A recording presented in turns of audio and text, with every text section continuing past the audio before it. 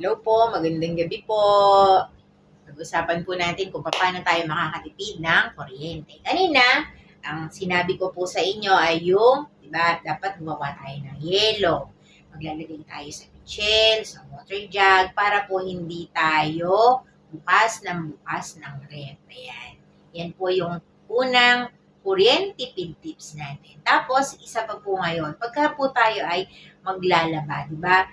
Ang capacity halimbawa ng ating washing machine ay 9 kilos. So, dapat medyo parami-ramihin natin muna yung ating mga labahin bago natin siya isala. Kasi pagka po halimbawa yung capacity ng ating washing machine ay 9 kilo, tapos lalagyan natin ng isang damit o dalawang damit, yung konsumo po ng kuryente noon, ganun din. Tapos, yung konsumo ng tubig, yon malakas din yon. So, pagka po halimbawa, isa, dalawa lang, o kung pwede na natin i-hand wash yun, lalo naman kung mga maninipis lang naman, di ba, mga pan-delicate lang naman, so, mas maganda po na i-hand wash na lang natin yon. Tapos, mas maganda rin kapag tayo ay nagwa-washing machine, dapat yung medyo marami namang laman, di ba, para hindi sayang ang sabon, ang tubig, di po ba, ang kuryente.